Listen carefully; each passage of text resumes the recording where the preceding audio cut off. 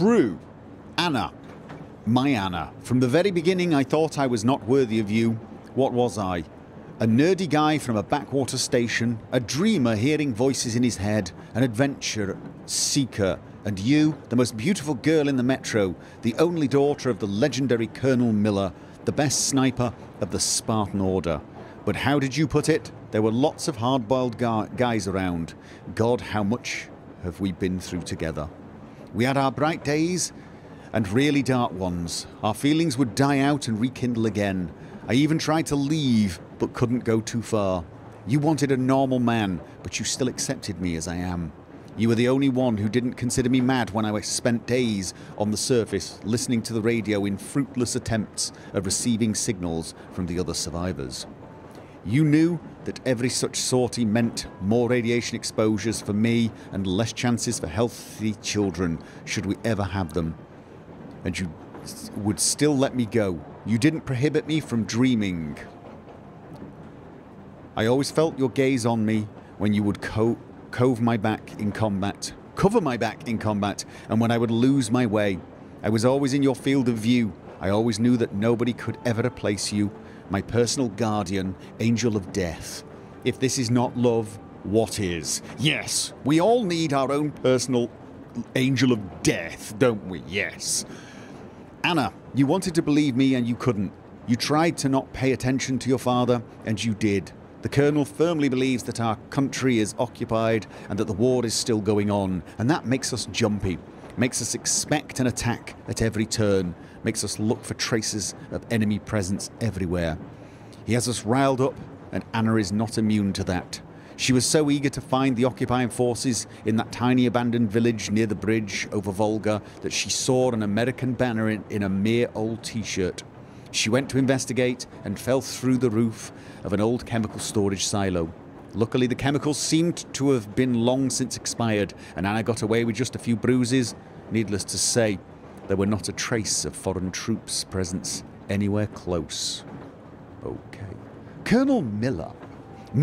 Colonel Sviatoslav Konstantinovich Melnikov. Not saying that fast. The founder and the permanent commander of the Order of Sparta. Miller picked and trained each Spartan individually. He was the only one to come to the rescue of my home station when we were under attack by the Dark Ones. He was the only one to stand between the communists and the Nazis and prevent the conflict, which could well spell the ultimate end of our civilization.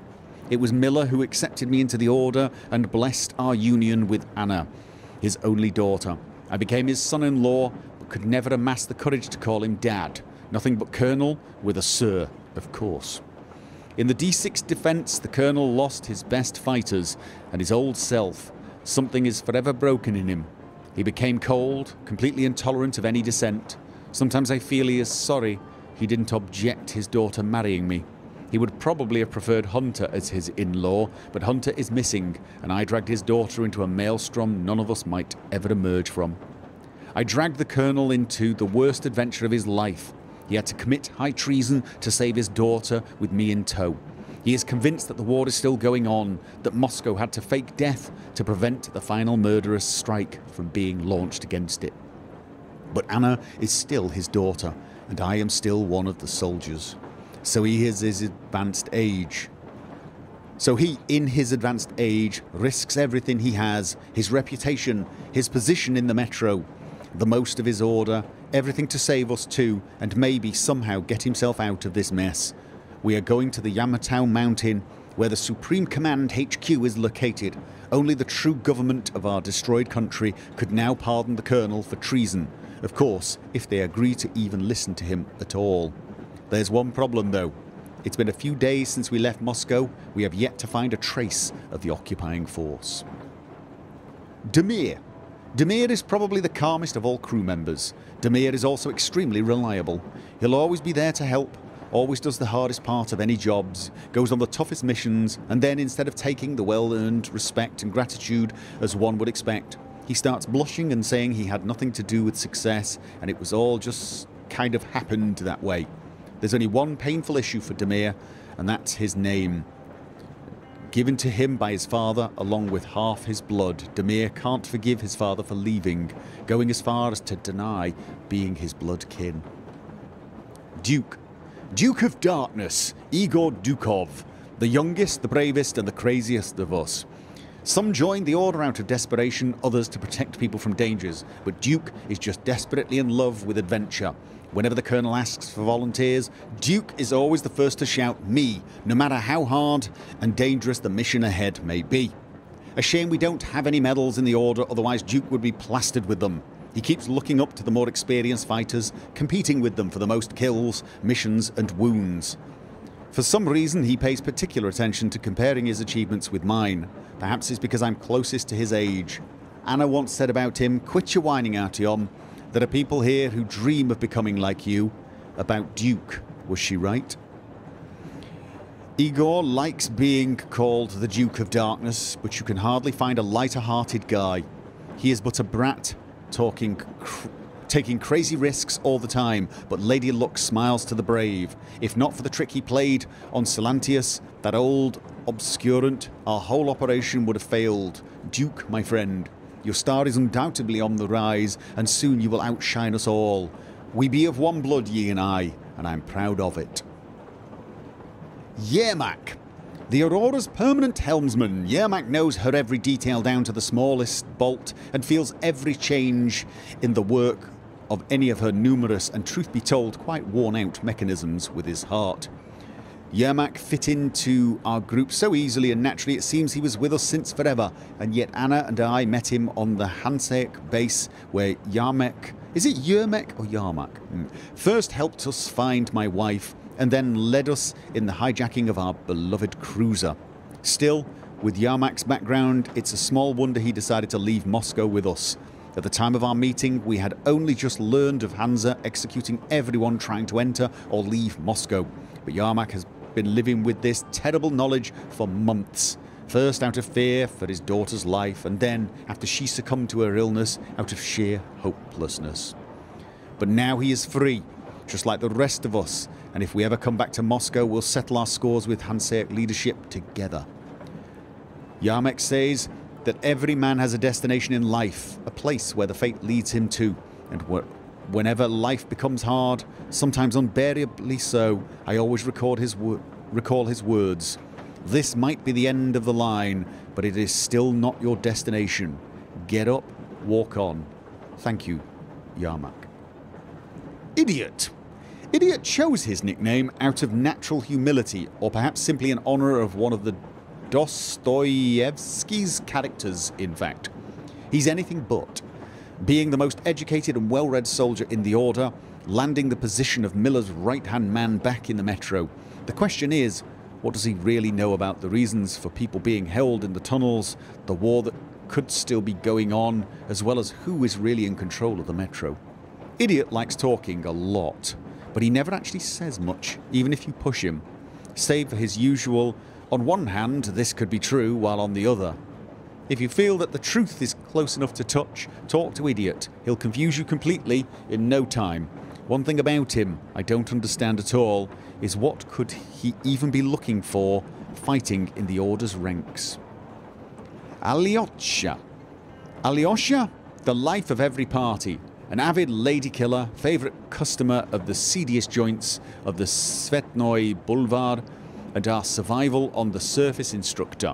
After only a cursory glance, he can correctly tell if an abandoned building can last for years or is ready to collapse onto your head at the lightest touch, which ability saved him back in Moscow more than once.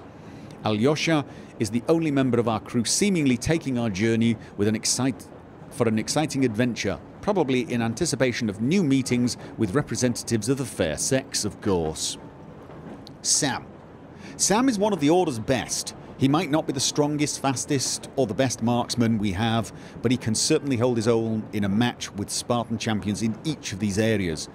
He is definitely the most unusual of us. Sam is an American, a Marine from the US Embassy's guard detail who just happened to be in the Metro when the Judgment Day came, eventually ending up as Colonel Miller's personal bodyguard. Sam had to sit the battle for D6 out on account of staying in hospital with a serious wound, and he was really hard on himself for not being there to protect the Colonel when he was needed the most. As soon as he was back on his feet, still all bandaged, Sam would refuse to leave the Colonel's side no matter what. He wouldn't even let anyone else push Miller's wheelchair, even when Andrew the blacksmith made the amazing prosthetic the Colonel has been wearing ever since. Sam remained Miller's shadow and of course joined us aboard the Aurora. All of us, the crew members, are going somewhere, to some kind of destination, as Yarmak puts it, even though none of us know where that destination would be. Sam, though, seems to know the place if the world outside of Metro is not wiped out. There must be survivors in the US, and Sam can't stop thinking about his parents, who might still be alive, waiting for their son. I wonder if he feels he's travelling in the right direction with us. While we were waiting for the Aurora's repairs to be completed, thinking on how to cross the river, Sam, in light of our constant mentions of occupying forces, hypnotised himself into believing that the Colonel didn't trust him. It must be heartbreaking to have served a commander for 20 years with unquestioning loyalty, only to be considered a traitor. But it must be equally heartbreaking to have become so close to your old enemy, only to learn that your country might still be there after all. And if the war still is going on, whose side are you on, Sam? Who are you? I'd say at this point, if there's a war going on, and I can't imagine there is, there is no side for him. I mean, if he's one of us. In day-to-day life, Stefan is so calm and nice, it's hard to believe he is a member of the Order. We are a military organisation after all. Once you see this giant in battle, though, you immediately see the reason for him being here. Stefan is completely fearless and amazingly strong. He handles a heavy machine gun as if it were a regular assault rifle. We're lucky to be on Stefan's side. Having him as an enemy would be a disaster. Right until meeting Katya, Stefan has never defied the Colonel, but when Miller didn't want to let the woman and her daughter board the Aurora, he started a real quarrel. The Colonel was noticeably thrown off, while the rest of us immediately understood what was going on. Still, as any good commander, Miller quickly saw through Stefan and let himself being talked into letting Katya and Nastia aboard. With this addition, Stefan was sure to never leave the crew. Tokarev, partial to the creations of the famous gun designer he shares the family name with, is a man in love with his craft. He is constantly busy with the crew's weapons, repairing, maintaining them, and making improvements. Tokarev knows everything there is to know about weapons and even more, and can talk about them for hours, but is not really interested in much else. Still, he doesn't just care for our firepower, but also works on our gear, constantly adjusting and inventing new things, labouring day and night to make sure we all perform to the best of our ability without being hindered by inferior equipment. What would we do without him? On a side note, he seems to be quietly and hopelessly, unrequitedly in love with my Anna. He's always worried about her, thinking of her, talking about her, but I can't even bring myself to feel jealous. Okay. Katya and Nastia.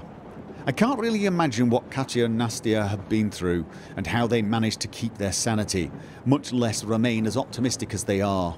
A little girl and a tender woman proved to be tougher than fate, taking all the blows it could throw at them squarely, and those blows were many and mighty. They had arrived at Volga with a group of migrants who were out on a quest for a better life. That quest never ended with them, finding a new faith and their death along with it. Of course, Silantius didn't kill anyone himself. He didn't even order anyone killed. Still, his holy ritual where an initiate must dispose of an electric anomaly to be accepted into the fold. How is it different from murder in cold blood?